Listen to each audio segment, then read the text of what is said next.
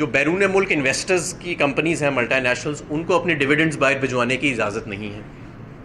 Chinese آئی P Ps کو payments نہیں ہو رہی. تو یہ سارا اچھا آپ کے امپورٹڈ کول کے اور امپورٹڈ ایل این جی کے پلانٹ بند پڑے ہیں, صفر پروڈکشن کر رہے ہیں. کیوں؟ کیونکہ کہاں سے لائیں جی وہ اتنا مہنگا تیل اور اتنی مہنگی ایل این جی اور اتنی مہنگا کول. آپ کو یاد ہوئے گا 2013 سے 2018 میں انہیں گیم چینجر کہا جاتا تھا. آج وہی لوگ جو ان امپورٹڈ فیول پہ جنہوں نے بڑے شوق سے پلانٹ لگائے جس کو گیم چینجر کہتے تھے, آج کہہ رہے ہیں نہیں اب ہم سولر لگائیں گے اور مقامی فیول پہ اب ہم پلانٹس لگائیں گے. جو پیچھے لگا گئے ہو 25 سال کے معاہدے کر گئے ہو, اس کا تو کوئی جواب دو کہ ان کا کیا کرنا ہے, ان کو کدھر سیٹل کرنا ہے. ان کی پیمنٹس تو آپ نے کرنی ہے نا اگلے 10 20 15 سال. ان کے اوپر جو گارنٹیز آپ نے دی ہوئی ہیں, جو قرضے آپ نے اٹھائے ہوئے ہیں, جو کیپیسٹی پیمنٹس کرنی ہے, وہ کدھر سے کرنی ہے. اگر ان کی بجلی خریدنی بھی ہے تو اس وقت تو سائی وال پلانٹ کی بجلی 30 روپے سے اوپر ہے یونٹ کی, ایل این جی پلانٹس کی بجلی 30 روپے سے اوپر ہے. تو یہ ساری ایک, اور میں مزید آپ کو اس طرح کے بلنڈرز کی داستان لمبی سنا سکتا ہوں کہ یہ ایک داستان لمبی, اور آج کیا کرنا ہے کسی کو کوئی پتہ نہیں. وزیر خزانہ اور وزیر جو مملکت ہیں برائے پیٹرولیم وہ کہتے ہیں ہم روس سے اب سستا تیل خریدیں گے. بلاول صاحب کو حکم آتا ہے نہیں خریدنا, تو وہ انہوں نے کل بیان دے دیا. انہوں نے کہا یہ تو ٹرک کی بتی ہے, ہم نے نہیں خریدنا. پلان کیا ہے, روڈ میپ کیا ہے, کسی کو کوئی اندازہ نہیں. موجودہ اور سابق وزیر خزانہ اسی ایک ہی جماعت کے ٹی وی پر بیٹھ کے لڑ رہے ہیں آپس میں بچوں کی طرح, اور آگے کوئی روڈ میپ نہیں دے رہا کہ ہم نے اس ملک کو آگے کیسے لے کے جانا ہے. سب سے پہلی چیز جو ہمیں کرنے کی ضرورت ہے وہ یہ کہ پولیٹیکل, دیکھیں یہ ایسے نہیں ہو سکتا کہ آپ پاکستان کی سب سے مقبول جماعت کو, اور جو حقیقی لیڈر ہے پورے پاکستان میں, گوادر سے لے کے کراچی تک اور گوادر سے لے کے خیبر تک, اس کو آپ دیوار سے لگا دیں, اس کو گولیوں سے چھلی کر دیں, اس کے لوگوں کو دیوار سے لگا دیں, ان کو برہنہ کر کے ان پہ تشدد کریں, اور دوسری طرف آپ ایک این آر او دے رہے ہیں چوروں کو, ڈاکوؤں کو, اور پھر آپ کہیں کہ جی ملک میں سیاسی عدم استحکام نہیں آئے گا. سب سے پہلے ہمیں سیاسی استحکام کی ضرورت ہے معیشت کو ٹھیک کرنے کے لیے, اور اس کے لیے الیکشنز ہی واحد حل ہے. ہمیں عوام کی چوائس سے گھبرانا نہیں چاہیے. عوام کی چوائس بند کمروں میں بیٹھے 4 لوگ جو اپنے آپ کو ذہین سمجھتے ہوں گے ان سے کہیں زیادہ بہتر ہوتی ہے. اور یہ ہماری سنت بھی ہے, یہ ہمارا مذہب کا حکم بھی ہے کہ آپ اس طرح نہیں فیصلے کر سکتے, آپ اپنے فیصلے مسلط نہیں کر سکتے پوری قوم کو قید کیا ہوا ان حکمرانوں کے ذریعے زبردستی مسلط کر کے. تو پہلی چیز یہ. دوسری چیز شوکت ترین صاحب رہنمائی کر رہے ہیں ایک economic recovery, rescue and recovery plan کے. دیکھیں ریکوری تو بعد میں, پہلے rescue, economic rescue and recovery plan جو ہے انرجی سیکٹر میں بھی اور اکانومی سیکٹر میں بھی, جس کی تفصیلات ابھی تھوڑی دیر میں شوکت صاحب بتائیں گے, اور اسی کی مشاورت کے لیے ہم آپ کے ساتھ بیٹھے. جب کوئی منتخب حکومت جو مضبوط ہے 5 سال کے لیے سامنے اس کے پاس رن وے ہے, جب وہ بیٹھے گی اور پلان بنائے گی, اور 3 ایمرجنسیز ہمیں لگانے کی ضرورت ہے. یہ سیاسی ایمرجنسی ختم کر کے معاشی 3, ایک آپ کی ایکسپورٹ ایمرجنسی لگانے کی ضرورت ہے. ایکسپورٹ انڈسٹری کو دوبارہ اس کے پیروں پہ کھڑا کرنا ہے چاہے ہر قیمت پہ. انرجی کی ایمرجنسی, ہم نے ویکوک پاس کیا, اس کا ابھی تک امپلیمنٹیشن کوئی نہیں ہوئی. روس سے سستا تیل گیس ہم نے نہیں خریدی. جو ہمیں اسٹرکچرل ریفارمز جو ہم نے جاری کیے تھے آئی جی سے آنورڈز, وہ ابھی تک شروع نہیں کیے انہوں نے, وہ وہیں کے وہیں انہوں نے ختم کر دی ہیں. تو دوسری ایمرجنسی انرجی کی, خاص طور پہ اس وقت آپ کی انڈسٹری کو چیپ انرجی چاہیے, ورنہ یہ مینوفیکچرنگ اس ملک میں ختم ہو جائے گی. تیسری آپ کو ایکسپینڈیچر, غیر ضروری تمام اخراجات کو اس وقت ہمیں ختم کرنا پڑے گا. غیر ضروری, اپنے لوگوں کے لیے ہم ضرور ایک سیفٹی نیٹ بنائیں عوام کے لیے, لیکن یہ اس وقت آسٹیریٹی کا ٹائم ہے, اور ہمیں اس وقت غیر ضروری ایکسپینڈیچر اپنے فسکل ڈیفیسٹ کو کنٹرول کرنے کے لیے ان 3 چیزوں کے اوپر ہنگامی بنیادوں میں نئی آنے والی حکومت کو 6 ماہ میں وہ کام کرنے پڑیں گے جو پچھلے 10 سال میں کوئی حکومت نہیں کر سکی. اور یہ تب بھی ہو سکتا ہے جب ایک حکومت آئے گی جس کے پاس مینڈیٹ ہوگا, جو مضبوط ہوگی اور لوگوں کا بائی ان ہوئے گا. اگر کسی اور تجربے کی طرف ہم گئے کہ ہم دوبارہ کوئی نیا تجربہ کریں اور کسی کو اسٹروک آف جینیس آئے کہ نہیں جی یہ سیاستدانوں سے نہیں ہونا, یہ میں کوئی طریقہ استعمال کرتا ہوں اور کوئی ٹیکنوکریٹ, ایسے نہیں ہوگا. لوگوں کا بائی نہیں ہوئے گا. اب جو لوگ ریٹرینچمنٹس کی طرف جا رہے ہیں, جو آگے حالات آ رہے ہیں, یہ اکنامک مزری آپ کے مینوفیکچرر سے نیچے جا کے لیبر تک جا رہی ہے. اور مہنگائی آپ کے سامنے ہی ہے. 1100-1200 روپے آٹے سے 2300 روپے پہ تو چلا گیا آٹا. آپ کا برائلر چکن جو ہے وہ 400 روپے سے اوپر چلا گیا. بجلی آپ کی 3 گنا مہنگی ہو چکی ہے. تو یہ جو اکنامک کیٹاسٹرفی پاکستان کے اندر لائی گئی ہے پچھلے 7-8 ماہ میں بلنڈرز کے نتیجے میں، جس کا میں نے آپ کو بتایا ہے، یہ پولیٹیکل کیوس میں مزید تبدیل ہو جائے گی اگر ہم نے فوری طور پہ الیکشنز کی طرف نہ گئے. اور عمران خان کے خوف سے عمران خان مضبوط ہو کے آئے گا اگر ہم اپنے چھوٹے چھوٹے کمروں میں چھپ کے بیٹھے رہے اور ان چھوٹے چھوٹے کمروں سے ہم سازش کر کے مسلط رہیں جس طرح یہ حکومت کر رہی ہے.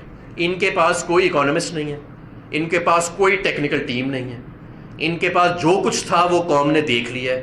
یہ صرف NRO2 دینے کے قابل ہیں. 1100 ارب روپے 1200 ارب روپے کے کیسز صرف پچھلے چند ماہ کے اندر معاف ہو چکے ہیں. یہ وہ پیسہ تھا جس پہ کروڑوں روپے اور کئی لوگوں نے اپنی جانیں قربان کر دیں. کئی انویسٹیگیٹو آفیسرز پرسرار طریقے سے ان کی موت ہو گئی. کئی گواہان کی، میں تو انہیں شہید کہتا ہوں، ان گواہوں کو بھی، میں ان انویسٹیگیٹو آفیسرز کو بھی شہید کہتا ہوں جنہوں نے اپنی جان کی قربانی دے دی ان کیسز کی خاطر. آج وہ بیچارے قبروں میں پڑے ہوئے ہیں اور جن کو جیل کے پیچھے لے جانے کے لیے انہوں نے قربانی دی ان کو ہمارا حکمران بنا دیا گیا. تو اس کا پہلا جو کیجولٹی ہوئی ہے وہ تو کاروبار ہوا ہے، لیکن اس کی اگلی کیجولٹی انفارچونیٹلی یہ وائڈلی اسپریڈ ہونے والی ہے. اور آج ہم آپ سے، کیونکہ آپ لوگ مختلف فیلڈز، مختلف شعبہ جات کے نمائندگان ہیں اور اسٹیک ہولڈرز ہیں، تو آج ہم آپ سے بھی سننے آئے ہیں کہ آپ کے مطابق اس ملک کو دوبارہ کھڑا کرنے کے لیے کیا کرنے کی ضرورت ہے. اور ہم آپ سے یہ بھی کہنے آئی ہیں کہ اب آپ کو بھی اپنی آواز بلند کرنی پڑے گی اس ملک کی خاطر، ورنہ ہم اس مسلط شدہ غیر جمہوری، یہ جو ایک مزاحیہ سا سسٹم ہمارے اوپر مسلط کیا ہوا ہے، اس کا ہم حصہ بن جائیں گے اگر ہم خاموش رہیں. تو آپ کی آواز کی بھی ضرورت ہے، آپ کے مشورے کی بھی ضرورت ہے، آپ کے فیڈ بیک کی بھی ضرورت ہے کہ ہمارا جو ریسکیو اور ریکوری کا پلان اب شوکت ترین صاحب جس کی سربراہی کر رہے ہیں، اس کے کیا کانٹورز ہونے چاہیے، اس کو زیادہ سے زیادہ مؤثر کیسے بنایا جا سکتا ہے. یہ ہم سب کا ملک ہے. ہمارے جو لوگ یہاں پہ بیٹھے ہیں، ہمارے تو ایون فیلڈ میں یا سرے میں کوئی محلات یا پیلسز نہیں ہیں. ہمارے تو بچوں کا مے فیئر اور نائٹس برج میں کوئی $1 ارب کا، $1 ارب پاؤنڈ کا پراپرٹی پورٹ فولیو نہیں ہے. ہمارا جینا مرنا تو اسی گجرانوالہ، گجرات، اسی وزیر آباد کی گلیوں میں، لاہور کی گلیوں میں اور سڑکوں میں. ہمارے بڑوں کا بھی تھا، بچوں کا بھی یہیں رہے گا. تو یہ ملک تو ایکچولی ہمارا ہے. جن کو ہم پہ مسلط کیا گیا ہے وہ تو ایک یہاں پہ مہمان کے طور پہ آئے ہیں نا، ان کی تو گیسٹ اپیرنس ہے. وہ جیسے ہی ان کا NRO2 مکمل ہوئے گا وہ اپنے سوٹ کیس اٹھائیں گے اور واپس وہ اپنے محلات، اور ایک ایمریٹس ہل پہ چلا جائے گا، ایک ایون فیلڈ میں چلا جائے گا، ایک سرے میں چلا جائے گا. ملک یہ جو کانسیکوینسز ہیں وہ میں نے اور آپ نے اور ہم سب نے اور ہمارے بچوں نے یہاں پہ ان کو فیس کرنا ہے. تو ہمیں اب اس کی اونرشپ لینی پڑے گی اور اس کو ہمیں پورا فرنٹ فٹ پہ آ کے اب ہمیں اس ملک کو اور ہم کھڑا کریں گے انشاءاللہ تعالیٰ. آپ کو شوکت ترین صاحب بھی ابھی بتائیں گے کہ پلان ہمارا تیار ہے اور ہم نے 2018 میں بھی اس ملک کو بچایا تھا ایک شدید ڈارنامکس کے کرائسس سے، جب پوری دنیا میں ڈالرز جو تھے وہ ان کی زیادتی ہو گئی تھی کیونکہ کموڈٹی پرائسز نیچے آ گئی تھیں. اس وقت پاکستان میں کمی ہو گئی تھی، ہم نے بچایا. کووڈ میں بھی ہم نے بچایا تھا. اور اب اس رجیم چینج آپریشن کے ذریعے جو معیشت کے اندر تباہی برپا کی گئی ہے، پاکستان میں معیشت کو تباہ کیا گیا، سیاست کو تباہ کیا گیا، سیاسی حقوق کو تباہ کیا گیا. انشاءاللہ تعالی اس کو ٹھیک کرنے کا ذمہ بھی پاکستان تحریک انصاف ہی اٹھائے گی اور انشاءاللہ تعالی اللہ کے فضل سے پورا کرے گی. بہت شکریہ.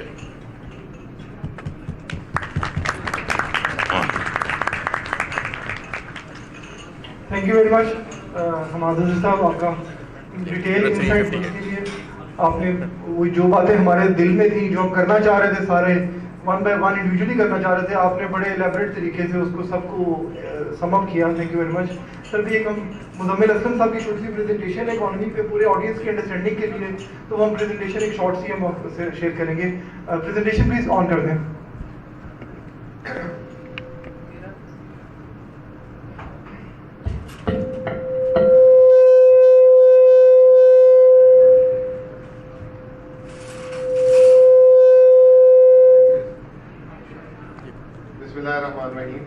سب سے پہلے تو شکریہ جو ہے عمر صاحب، عثمان صاحب، تمام شرکت حضرات کا کہ آپ لوگ آئے ہیں اور ہمیں موقع دیں گے کہ آپ لوگوں کی مشکلات ہم سن سکیں اور اس کو پھر انکارپوریٹ کر سکیں پالیسی میں. میرے بہت شوکت صاحب اور حماد بھائی بھی جو ہے ساتھ ہیں. میں صرف چند منٹ لوں گا, 3 سے 4 منٹ, تاکہ آپ لوگوں کے انپٹ ہم سننے آئے ہیں اور شوکت صاحب جو آگے ویژن دیں گے وہ آپ لوگ تک آ جائے.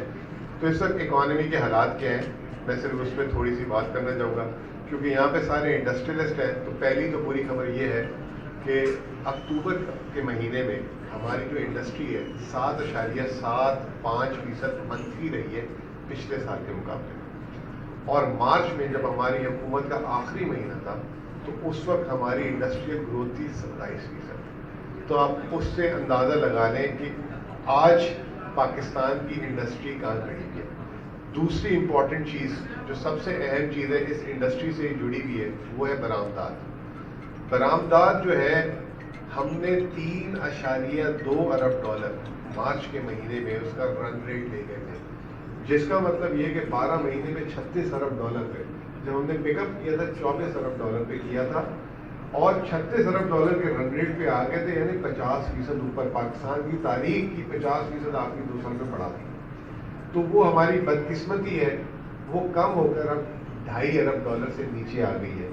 اور اطلاعات, اور آپ لوگ ہمیں زیادہ بتائیں گے, جو ہمارے پاس, جو میرے پاس کراچی سے اطلاعات ہے وہ کچھ اچھی نہیں ہے. یہ $2 ارب کی بات ہو رہی ہے, یعنی کہ $800 ملین مہینہ, اور اگر 12 مہینے میں اس کو ملٹیپلائی کریں تو $10 ارب کا صرف ایکسپورٹ کا کھڈا. آپ سوچیں کہ ہم IMF سے جو ہے $6 ارب 4 سالوں میں لیتے ہیں, تو $10 ارب ایکسپورٹ. پھر اب آج اس کا ریمیٹنسز تفصیلات.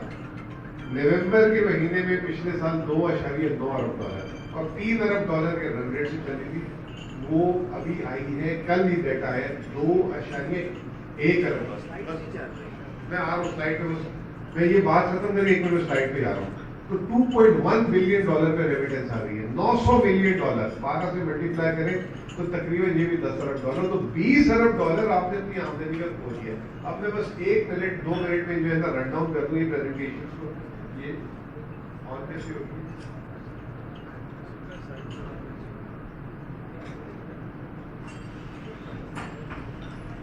سب سے پہلے تو یہ خسارہ کم کرنے آئے تھے. شوکت صاحب کو کہتے ہیں کہ جی آپ GDP گروتھ جو ہے بڑھانے کے چکر میں خسارہ بڑھا دیا تھا. پہلی سمائی کا جو ہمارا خسارہ ہے اس سال کا وہ 1% ہے. اتنی قیمتیں اور ٹیکسز بڑھانے کے بعد, اور شوکت صاحب کا تھا 0.7%. یہ جولائی سے ستمبر کی بات کر رہا ہوں. ریمیٹنسز جیسے میں نے آپ کو بتایا, اب یہ اس میں اور فردر انفارمیشن آ گئی ہے. پچھلے سال پہلے 4 مہینے میں $10.4 ارب تھی, اب 9.9 ہو گئی.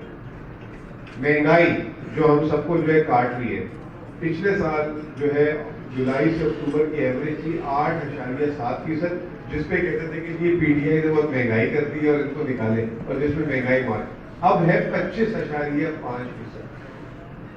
کھاد ایگریکلچر 16% یوریا ٹیک ڈاؤن. اور اب آپ نے دیکھا کہ حسابدار آج کل ٹی وی پہ بیٹھ کے میٹنگیں کر رہے کہ جی پاکستان سے یوریا اسمگل ہو رہا ہے, یعنی کہ ہم یہاں سستی گیس, ادھر انڈسٹری کو گیس نہیں دے رہے, اس سستی گیس سے ہم جو ہے کھاد بنا رہے, اور وہ کھاد جو ہے بارڈر سے باہر جا رہی ہے.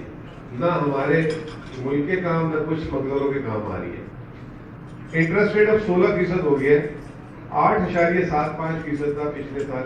آپ لوگوں سے زیادہ اس کی دکھ مطلب اور کوئی ٹکڑا سنا سکتا, تو میں یہ آپ لوگوں کو چھوڑ دوں تاکہ اس میں آپ مزید اپنے دکھ سنائیے گا اس کے بارے میں. ملک میں معیشت میں کتنا سلو ڈاؤن